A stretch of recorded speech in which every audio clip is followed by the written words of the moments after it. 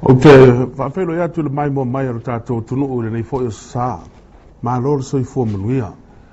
O le to e whaawawina le o tātou proklame o le wao manu e pe o le masani ai.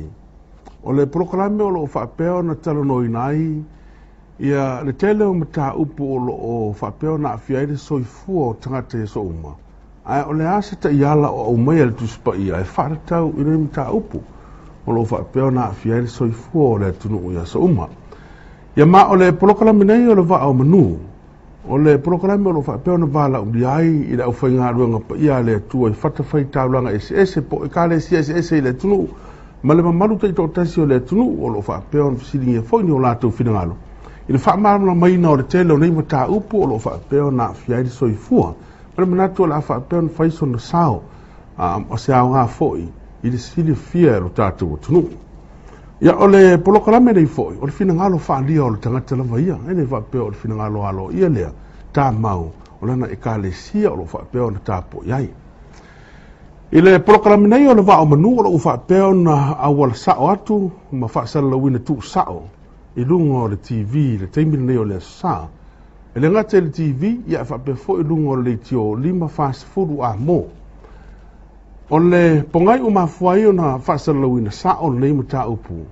O na o nisi o finangalo whandia o le tunu o lo o manatu e fisiringi ai ia le tai au au o le ekale sia sofitu o le toe fio mai sa motu to tasi. E pe on whaanga solo ai ian polo kalame o lo whaanga solo i le tātou o tunu mwhaafonga ina fo i lunga o le LEITIO o le Ameketo. A o le i tuinatu le avanoa i le teminei, ia o te whataro whatu. I lau sunga i le, te itai ao le kale sia sofitu o toi fio mai, sa motu o tasi, lau sunga Pr Willie Papu, maro soifua, minuia ni tai a fo.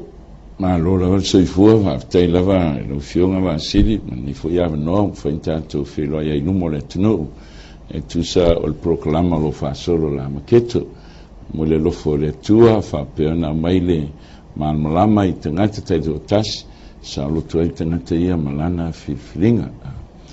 O le am teina le proklama i le nefia, o te iloa e to tolu vasenga o tangata o la whafonga.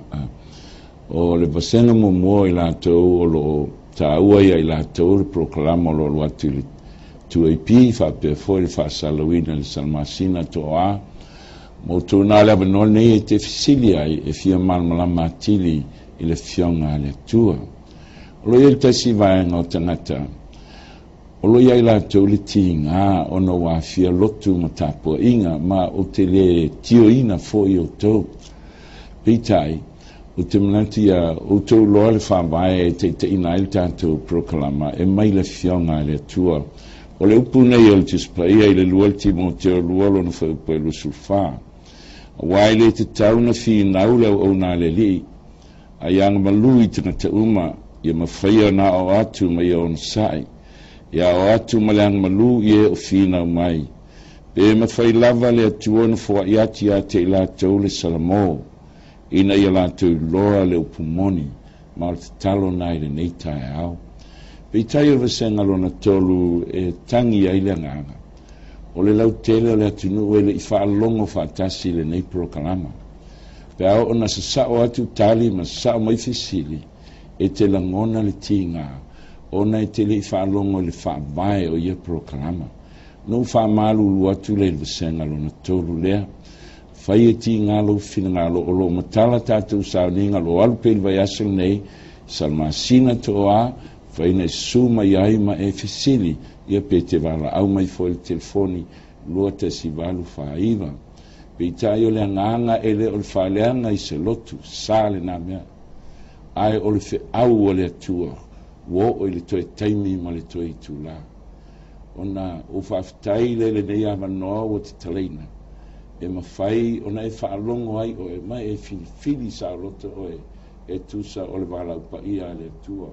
Ma le whi au o le atua i le taimi i tātou iai.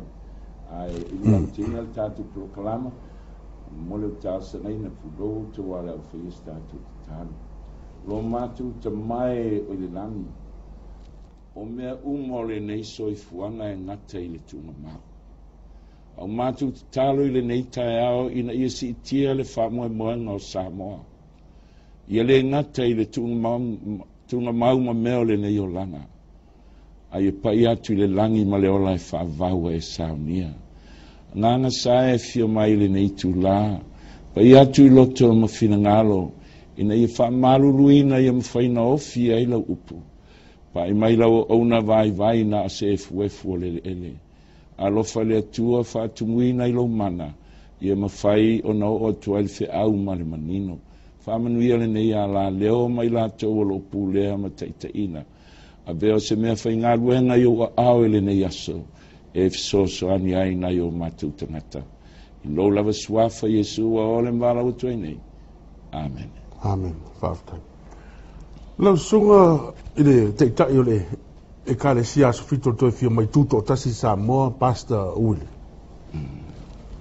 Vaso nei le o lo whanga soloi au pokalame ma o lo o iei pokalame o nei vai aso nei longa o na e a ngai ai.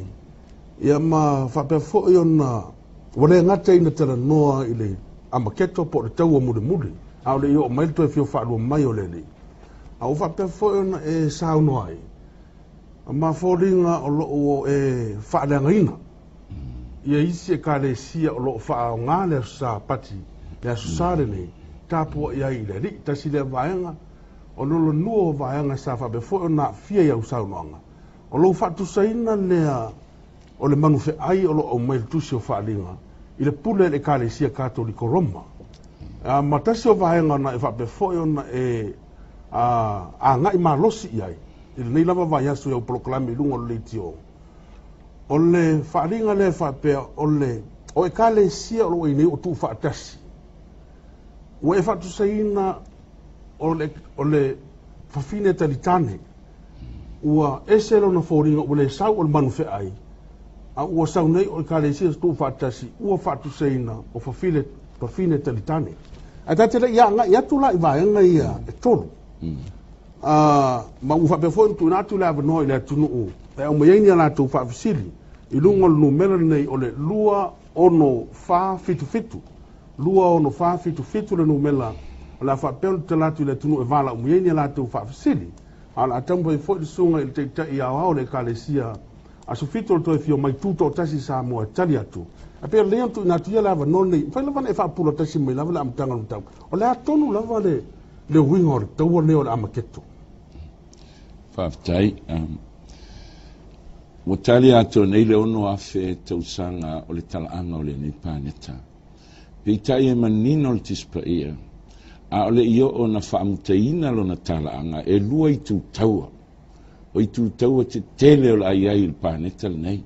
Whalinga sulosu fitu mai walatu le tarako. E tau mai ua to toe o le whanau o le fine. O e tausi pola i ngā le atua, ma ta ofi le mau ia Yesu. E whalinga mtau pus fuono, mai e ia nganga leanga e to tolu e pe oni rane. O le au atu i tupu o le laulangi, ma whaapoto i la tau, i le me taua o le Ameketo.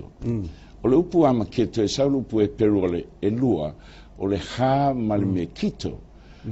O le ha o le maunga me kito, o le vanu le me kito le ana i le maunga o karamelu. Lua tapua inga na fitauia i lunga le maunga o karamelu. O le tapua inga i a pa ala i le sa, ma le tapua inga i le atua i le asofitu po le astonai. Fe talai le fionga le atua i whaupu muli i al whianga inga tuai. E to e sau e lia, a o le io o i le aso tele ma le matautia o Iova. Ua au mai nei i le teimi nei wa tatua iai, wa iai le whi au muli a le atua, pe ia le teimi o noa, na iai le whi au muli o mai faule wa au le asau le lolo. Wa iai fo le whi au whapitoa le atua o le itu la. E lo se whi au e whaleanga i ni lotu man tapua inga. A le whi au o le atua o le langi, mo tangata uma. I le teimi muli. Vai na e toi sa ngai tasi atua no, whaisi po le tā teimi. I le maunga leo me kito ma le maunga o karamelu, la leo no so tanga ma le Ameketo, po le taua muli. O le